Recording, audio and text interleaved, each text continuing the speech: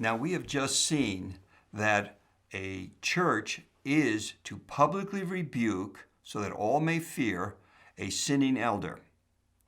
And this is to be done without bias, and it is to be done without any preferential treatment, because God is watching. Christ is watching. The elect angels are watching.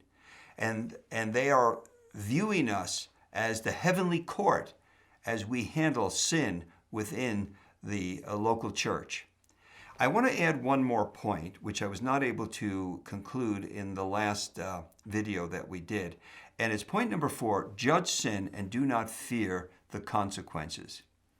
Despite this forceful, dramatic introduction that Paul gives, in the presence of God, in the presence of Christ, in the presence of the angels, all watching our behavior, as a result of the proliferation of lawsuits, churches now are disciplining their leaders when they fall into sin, particularly if it's sexual sin or financial sin or something that can cause a lawsuit.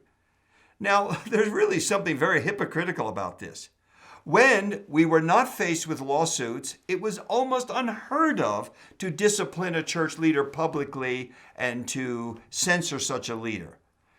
But now that we have this lawsuit problem hanging overhead, all of a sudden we're very righteous and we are very careful of who we discipline. In fact, if you discipline someone today, you can be pretty sure you're going to face a lawsuit. And that's why churches are taking good action, and this is a very, very good thing.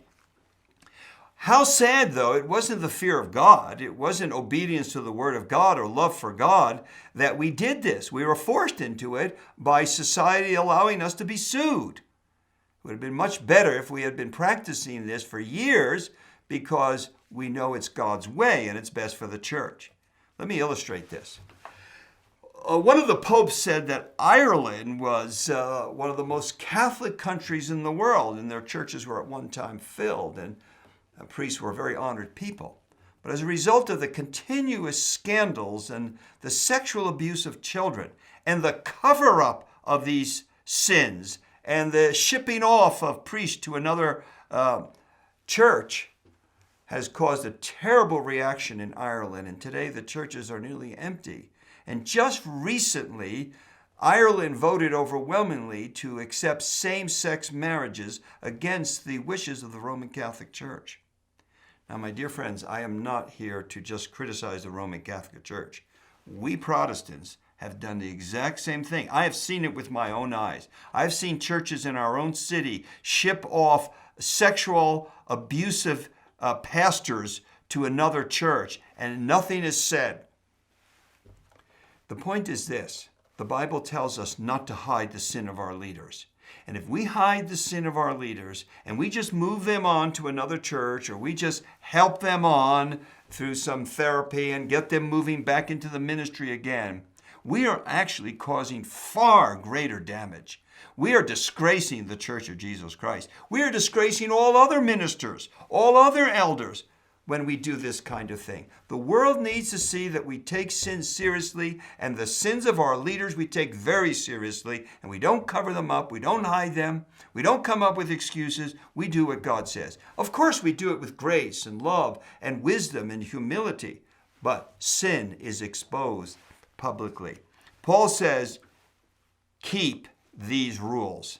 Let us keep these rules, as the apostle says, as God is watching, Christ is watching, the angels are watching. Let's be serious about this and not just play church games. Now we want to look at our last section here, Roman numeral number 4, assessing prospective elders. Investigating accusations of sin, publicly disciplining leaders is emotionally frightening.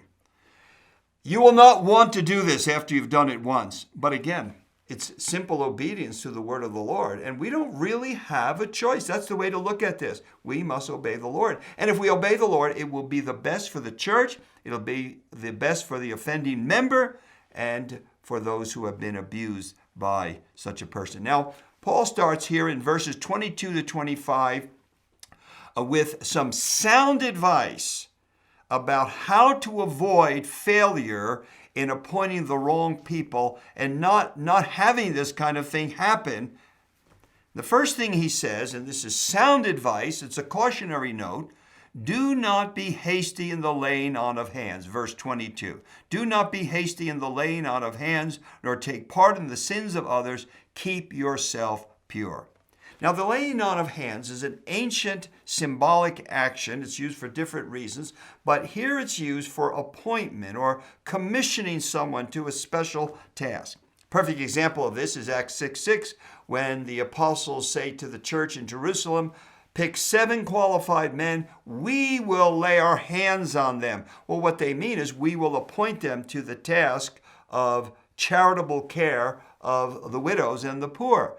By the laying on of hands is expressed the transfer of authority, transfer of responsibility. It also symbolizes blessing. But in this case, it is the appointment to eldership. Now, the need for leaders is so great that very often we appoint the wrong people too quickly. We're in such desperate condition for leaders that we find someone who's willing to do something, we're willing to make them an elder without any investigation of what they believe or who they even are. Now, in the case here of Ephesus, with the discipline of certain elders, it may be a temptation now. We've lost elders, we've lost overseers. Let's appoint some other people quickly. Paul says, do not do it. Do not do this. In fact, if you will look at many leadership failures, it's because people who were not fit for office, they were unworthy, unsuitable for office, they did not meet the qualifications, were hastily appointed to eldership. Now, some people think that Paul is talking here about the restoration of the fallen elder. Now, it could apply to that, but I do not feel the flow of thought is teaching that. He is talking here about prospective elders in light of disciplining elders, removing elders. This can be very tiring, and you might want to say, boy, I don't even want to get involved in this kind of thing because of such failure. But he's going to say it's not as difficult as you think. First thing is this: do not make a quick, hasty appointment of a person to the eldership. This is what I think he's talking about. Then the laying on of hands creates a bond between two parties.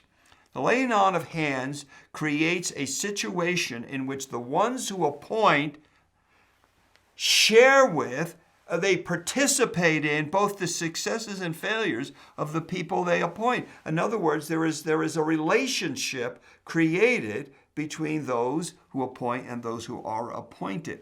And so in this case, if they had hastily appointed someone to eldership and they fall into sin or they cause division or they cause problems, then those who appointed them without proper examination, they participate in the failure of this person and actually participate in the sin. So it's very, very serious and very important that we're prayerful about an appointment. We're thoughtful. We take reservation. We ask lots of questions. We take our time in this. Better not to appoint anyone to appoint the wrong person. Now, third, Paul's personal warning to Timothy. He says, keep yourself pure. Now, by this he means take proactive stance. Examine the person. Do all you can to check the candidate for eldership. In that way, you'll keep yourself pure, because if you appoint the wrong person, if you're hasty in doing this, it's going to taint your character. It's going to bring questions upon you, and people are going to say, how did you put this man in office? Look at what he's done. Look at the terrible things. Look at what he believes. How did this happen? And this happens a lot. I was talking to an elder one time, and he said to me, I don't believe in the bodily resurrection. I said, no, you are an elder in a church? He says, yes. I said, did anyone ever question your doctrine or test you or examine you? No, I just got a phone call one night, was asked to be an elder. We needed elders desperately. I said, you're basically a heretic, and you should go to the elders now. If you love the church, go and resign immediately, and then you better start studying this doctrine. If you love the church, that's what you should do. So Paul says, Timothy, keep yourself pure. Take time. Examine the candidate, do everything on the human dimension to assess the person properly. Now there's a short digression where he says to Timothy, no longer drink only water, but use a little wine for the sake of your stomach and your frequent ailments. Now, this idea of keep yourself pure from the sins of those you appoint makes Paul think, well, Timothy is not drinking wine. Why he abstains from wine, we don't know. It's only guesses to figure this out. But Paul says, now, you have some stomach problems, digestive problems, and you have this frequent ailment. A little wine, not a lot of wine, a little wine will help you.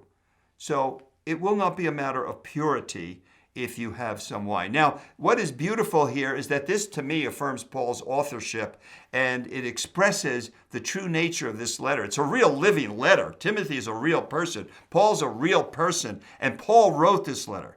Yet many scholars deny that Paul wrote this. Well, if a person was faking this or forging Paul's name, he's not going to put in this kind of information. So this is sort of a footnote, sort of a parenthesis, but it comes back to the idea of keeping yourself pure by proper examination of all candidates for the pastoral leadership of the church. Then helps for assessing prospective elders. Well, since you could actually participate in their sins and be blamed for their sins because you appointed the wrong person, this is pretty frightening. Who wants to even get involved in this?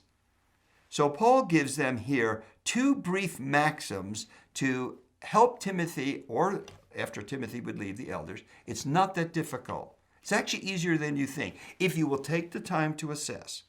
And so he says this in verses 24 and 25. The sins of some people are conspicuous, going before them to judgment. But the sins of others appear later. So also, good works are conspicuous. And even those, the works or deeds, that are not, cannot remain hidden. The first category is obvious. The sins of some people are conspicuous, going before them to judgment. In other words, some people, their life, their behavior, their talk, it's so obvious they cannot ever qualify to be an elder. You don't need to worry about them. In fact, before you even assess them, you don't even need to assess them. It's so obvious to all. So just remove that category. It's not that difficult. Then he has a second category, the more difficult one, and the one he wants to emphasize, and it's this. The sins of others appear later. In other words, it's not on the surface. You are going to have to investigate more. You're going to have to ask questions. You're going to have to take more time. You're going to have to talk to other people. And eventually, their sins will appear as you investigate, assess the person's character. So that's the importance of not appointing someone hastily, because you will not have time to assess and examine the person's qualifications. And then there's a third category, and the third category, it's the second maxim, is this. So also good works are conspicuous, and even those that are not cannot remain hidden. In other words, there are people whose life, their speech, their conduct, the way they help people, the way they're at church all the time, the way they use their spiritual gifts, it's very obvious their good works qualify them to be a pastor elder. And you're not going to have to do a lot of examination, but still you need to assess that person's doctrine and see what they believe. And then the last category is this.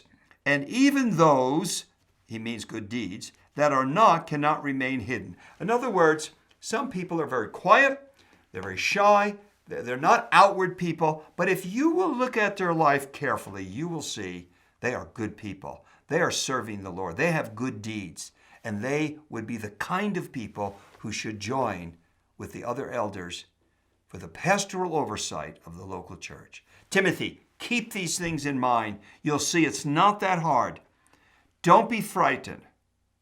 The Lord is watching. God is watching. The angels are watching. Keep these rules.